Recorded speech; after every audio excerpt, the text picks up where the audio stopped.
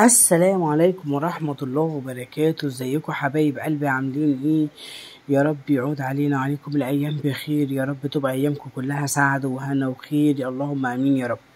طبعا أنا بقى عملت حاجة بسيطة كده، عملت محشي بتنجان كوسة فلفل، وعملت كمان موزة بتتبيلة حلوة وسهلة وبسيطة قوي. طبعا احنا خلينا بلدي كده مع بعض وخلينا اخوات، انا بتعامل ان احنا اخوات. انا عملت المحشي وقلبته مره واحده كده من غير ما ازوق، من غير اي حاجه. طبعا الصوص اللي تحت دوت احنا بنحب كده، انا وولادي كمان بنعشقه جدا جدا جدا. تمام كده. هعمل معاكم طريقة المحشي بطريقة سهلة قوي وبسيطة ومش معقدة ولا أي حاجة، وكمان هوريكم الصلصة اللي فاضت أو المية اللي نزلت من الطماطم اللي أنا بصلصلها هعمل بيها إيه. هنعمل بيها بصوا شوربة ما حصلتش نسقي بيها المحشي، حاجة كده تحفة. طبعا ديت الموزة بتاعت الفراخ اللي انا عاملاها، انا مش يعني هي استوت وانا مش محمراها قوي عشان ما تنشفش او ما تبقاش ناشفة وتشد مننا، هي كده حلوة قوي وكان طعمها تحفة. تمام. لو انت بقى حابة الطريقة ان شاء الله وتعمليها، عايزة تحمريها اكتر براحتك، عايزة تحطيها في الفرن براحتك انت والطريقة اللي انت حباها.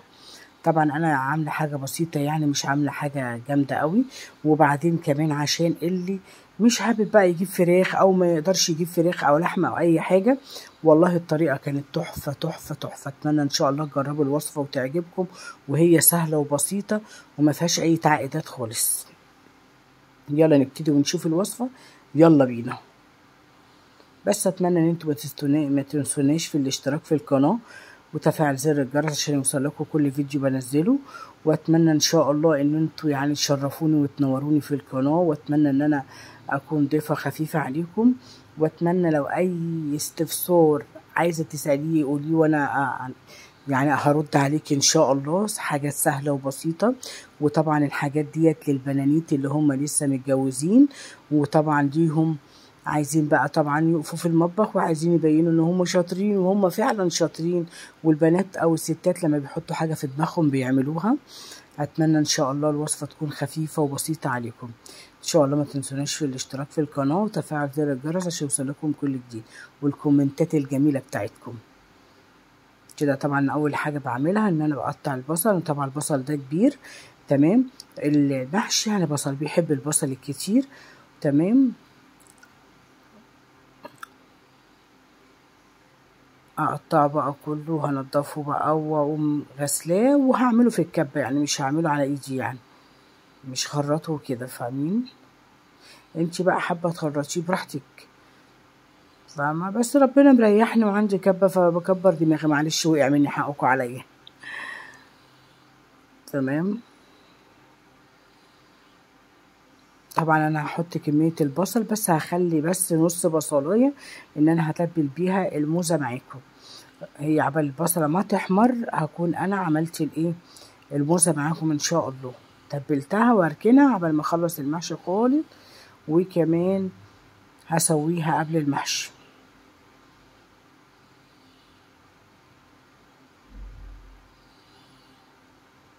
انا بس مش ببقى عايزه ادوشكم واشغل الكبه تدوشكم معايا، فانا بضربها كده وبكتم الصوت، يعني بخلي الصوت خارجي عشان ما ازعجكوش.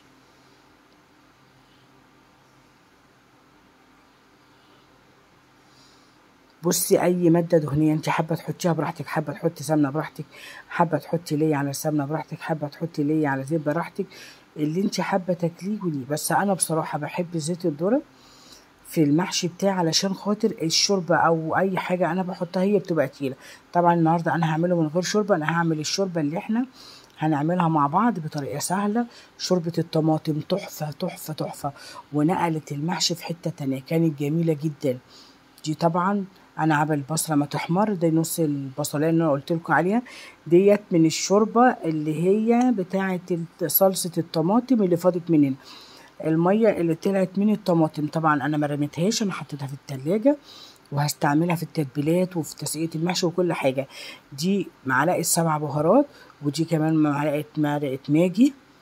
تمام. وهحط دبس رمان وهحط صويا صوص، مش هحط اكتر من كده. تمام. دبس رمان، ده صويا صوص، واحط دبس رمان. هو الدبس رمان بيبقى تقيل، انا بحبه التقيل، ما بحبوش الخفيف، بيبقى حلو قوي في التتبيلات وبيدي لها طعم حلو قوي. دي بقى حابه تعملي التتبيله دي للمشاوي كلها، بتبقى تحفه والله، جميله جدا جدا جدا. ما عندكيش طبعا الصوص بتاع الطماطم اللي نزل منها او ميه الطماطم دي، تحطي 2 طماطم في الخلاط، وان شاء الله هتبقى حلوه قوي قوي قوي. انا عامه بتبلها كده، ادي حبهان، وهحط ورق لوري،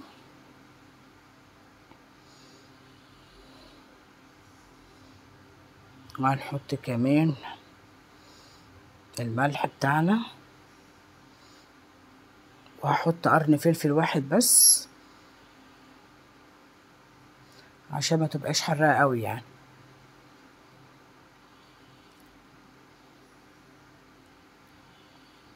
اضربيها كويس قوي قوي، ناعميها، عشان انتي حاطه معاها ورق لوري، وكمان حاطه معاها حبهان صحيح.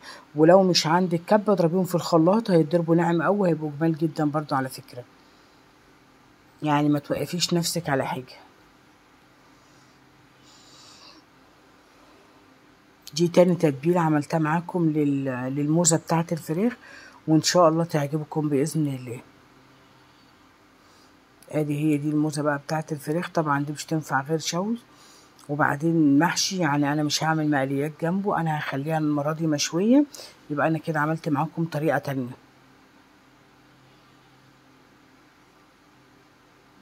تحفه وريحتها فظيعه بجد. انا هسيبها بقى كده عبال ما اكمل تحمير البصل، وهعمل الصلصه بتاعتنا عشان تنشف، لانها انا بحب البصله تقيل، الصلصه تقيله، تمام، مش بحبها خفيفه. وبعدين المحشي بيحب الصلصه يعني تكون نشفت خالص خالص من الميه بتاعتها. كده خلاص البصله بتاعتي حلوه كده. تعالوا بقى اوريكم احنا هنعملها بأني صلصه، الصلصه اللي احنا عملناها مع بعض. شايفين الصلصه اللي انا الشويه اللي انا فوتهم في الحله وسبتهم في الحله عشان كنت هعمل بيهم محشي. بصي هي كده خفيفه، تمام، لازم تتشرب كويس على النار وتتقل قوي. المحشي بيحط الصلصه بتاعته بتبقى تقيله يا جماعه. لا انا الكبشه هتجنني، فانا هعمل بالحله على طول، هقلب كل اللي في الحله. طبعا ده كتير على المحشي، فانا هاخد شويه واقوم حطاهم وشايلهم في التلاجة. حبيت اعمل مكرونه، حبيت اعمل اي حاجه، يبقوا عندي جاهزين يعني. هسيبها بقى تتقل شويه، ونروح نقور الكوسه ونظبط الخضره ونظبط كل حاجه معانا.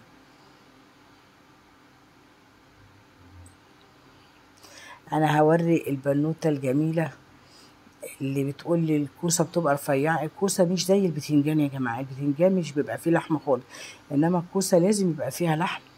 وانا بصوا بحب اشرشرها كده بالمقوار، سهله وبسيطه وبتدي شكل حلو قوي، لان العين بتاكل قبل البق، فلازم تخلي شكل الاكل بتاعك حلو.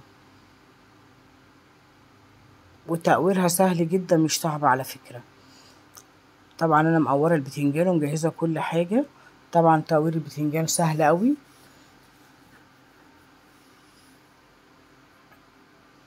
وتقوير الكوسه سهل، بس انتي لازم تتعاملي معاها معامله خاصه يعني، عشان ما تتكسرش منك ولا تطق منك، لازم تتعاملي معاها بالراحه جدا. بص بقى الجميله ازاي، شايفين مش طريه من بره ولا حاجه، يعني لازم يبقى فيها لحم من جوه، ملحمه كده شويه علشان تبقى ماسكه نفسها وما تطقش منك. طبعا كده كده في 2 3 هيتكسروا او يطقوا، فعادي يعني. بصوا بقى الفلفل بأبسط طريقة، ولا سكينة ولا أي حاجة، ب... يعني بصباعك كده، تمام، أو بضفرك، وتقومي عاملاها كده بتتفك على طول، بتبقى سهلة جدا. بصوا سهلة قوي، سواء الفلفل الحامي أو الفلفل الرومي، الاتنين تقشيرهم سهل قوي. بصوا بقى يا جماعة، أنا عن نفسي بحب إني أنا أنقع البتنجان في مية وملح عشان كل المرارة بتاعته تنزل. وانا من طبيعتي بغسل اي خضروات واي حاجه بالملح، سواء بتنجان رومي، سواء بتنجان هقليه، سواء اي حاجه، انا بحب انقعهم في ملح واغسل الخضار بتاعي بملح، علشان انا كده ببقى ضامنه نظافته، تمام. ادي طبعا البتنجان والكوسه والفلفل والبتنجان الاسمر، انا بعشق البتنجان الاسمر، بعشقه انا وولادي، بيبقى تحفه بجد. وطعمه حلو قوي. كده هنسيبهم منقوعين شويه، وكمان شويه هنرجع لهم هوريكي. بصوا لون الميه بتاعته نازله عامله ازاي.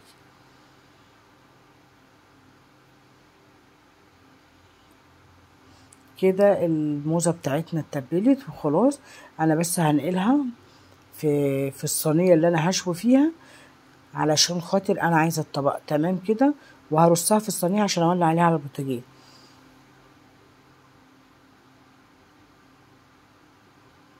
احنا الموزه دي غنتنا خالص عن البانيه، خلتنا ما بقيناش نطلب البانيه خالص، لانها طريه وجميله قوي. في كريسبي حلوه قوي قوي قوي. تمام.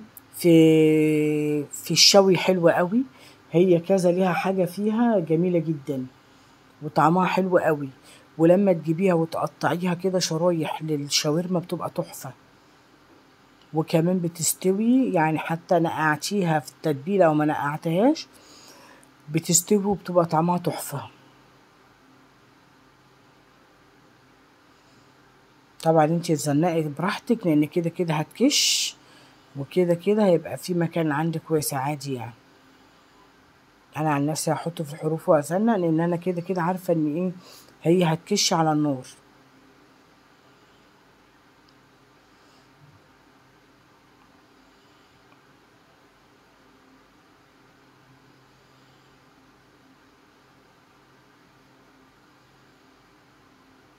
التتبيله بقى اللي فاضت انا هحطها من فوق الوش.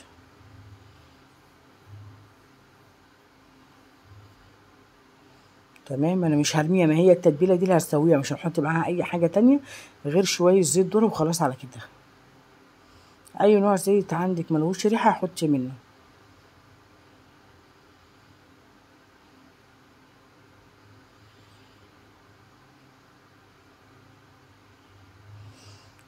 تمام. يلا نشوف الصلصه بتاعتنا.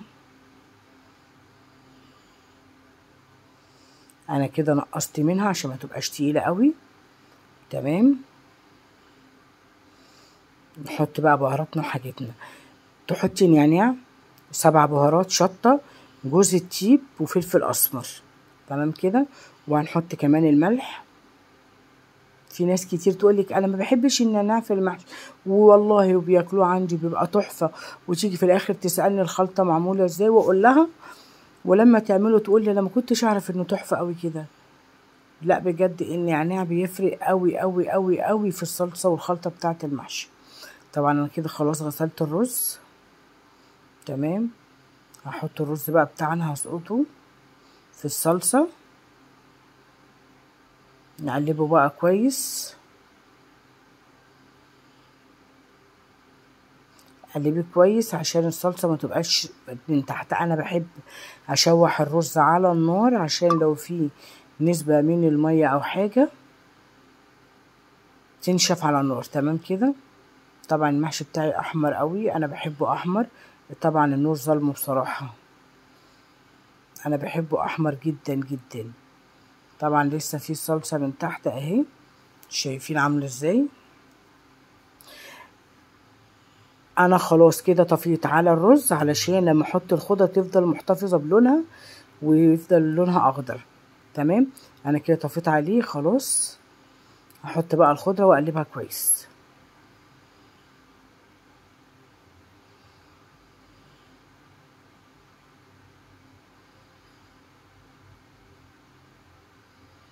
انا الخضره بتاعتي شبت وكزبره بس، انا ما بحبش احط بقدونس مع المحشي بيغير طعمه، بس الكزبره والشبت بيبقوا حلوين قوي قوي قوي معاه. بقى لازم نقلب كويس قوي كده من تحت لفوق كده، وندخل الخضره فيه كله. تمام.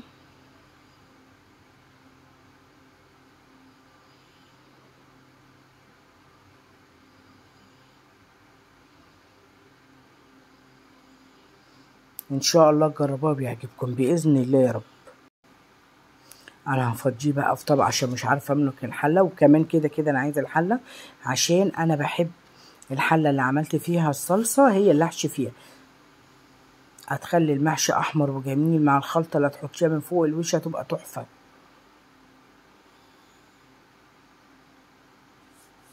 انت بقى مش حابه سبايسي، مش حابه تحطي شطه ما تحطيش. احط شويه خضره تاني علشان اللي فوق اللي هما كانوا تحت خالص ما وصلتهمش خضره حلو زي اللي فوق.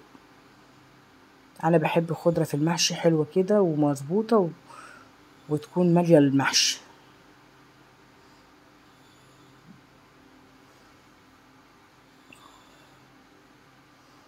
كده خلاص. تعالوا بقى اوريكم البتنجان دلوقتي ينزل الميه عامله ازاي.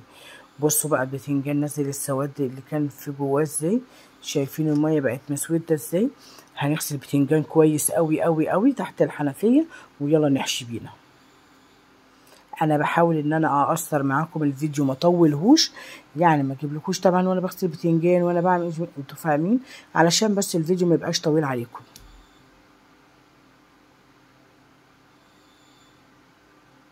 البتنجانة لازم تكون نصها وما تكونش مضغوطة، علشان هي كده كده بيزيد لحد فوق، وكمان البتنجانة ما تفرقعش منك.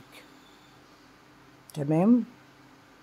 كل البتنجان عامة يتحشي لحد نصه بس وما يبقاش مضغوط قوي.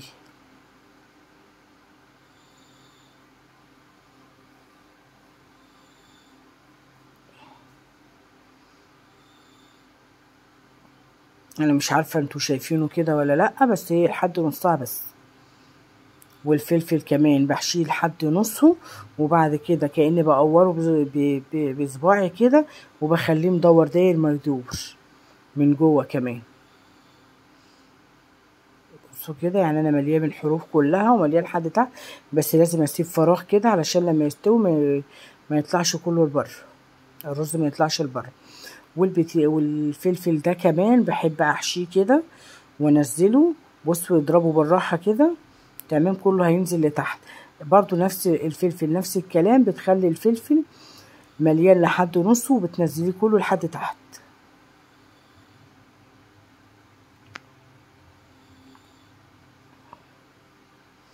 لحد هنا بس كده نص، وتنزليه. اهم حاجه تخبطي عليه لحد ما ينزل لتحت. شايفه انا بحط صباعي بوريكي ان هو ايه، يعني فيه كتير لجوه فاضي. تمام. انا هحشي بقى دي معاكم، وبعد كده هروح انا احشي مع نفسي وارجع لكم تاني، مع ان قعدتكم حلوه قوي، بس معلش مش عايزه اطول عليكم الفيديو. كده خلاص انا حشيت البتنجان والكوسه والفلفل وعملت حلتين.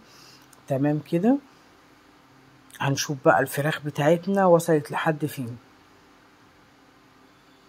تمام. هنبتدي نولع عليها بقى، واول ما تستوي هقوم شايلها واولع المحشي على طول.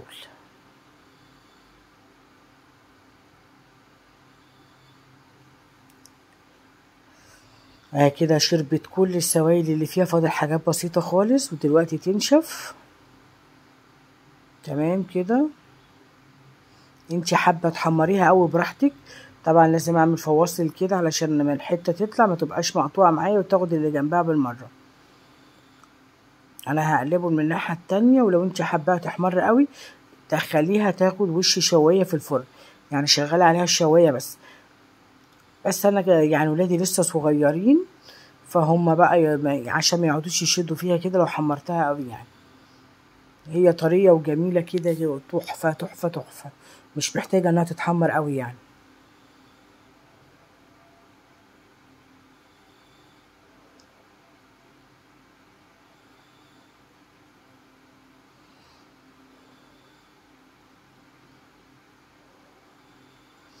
بصوا كده بقت حلوة ازاي واستوت وجميلة جدا.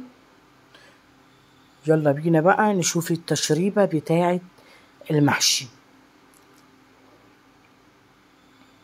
ادي المية اللي طلعت من الطماطم، شايفين خفيفة ازاي، من الصلصة اللي انا عملتها. بصوا عاملة ازاي حلوة قوي.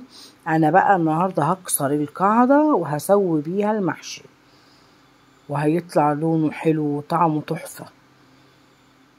تمام. هنحط بقى مكعب مرقة طبعا عشان ما فيش شوربة، وهحط كمان شوية بودرة ماجي، عندك حطي، ما عندكيش خلاص استكفي بالمكعب المرقة. تمام. وهنحط كمان شوية فلفل اسمر. ادي الفلفل الاسمر فوق اهو، بس هو مش عارفة ليه المقطع ده مجاش. وهنحط شوية ملح. الملح طبعا انت هتدوقيه وهتعرفي حدقك ايه حسب ما انت حابة. انا بحط الملح وما بدوقهوش عشان انا عارفة تسوية الحاجة بتاعتي بتاخد قد ايه ملح يعني، ومجربة الملح فعارفاه. لكن لو نوع جديد طبعا لازم ادوق الحاجة حدقها عاملة ازاي. يلا بينا بقى نسقي المحشي بتاعنا.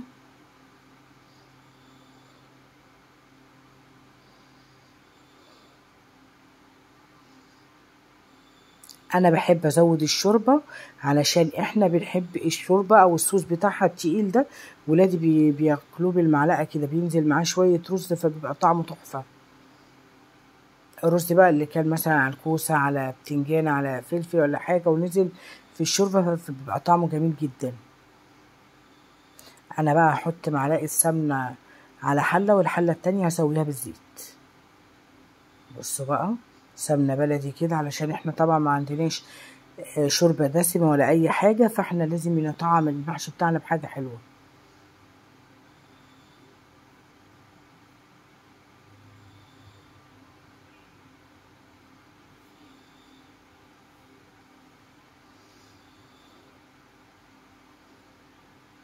يلا بينا بقى نولع عليه على النار عشان يستوي، لحسن ده احنا جوعنا قوي.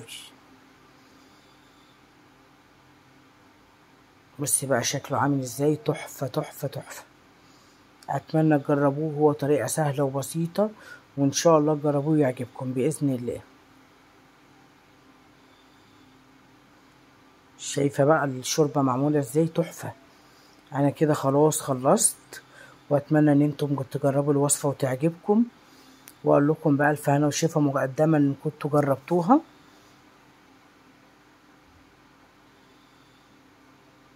ومع السلامه وبألف هنا وشفا، يا احلى ناس في الدنيا.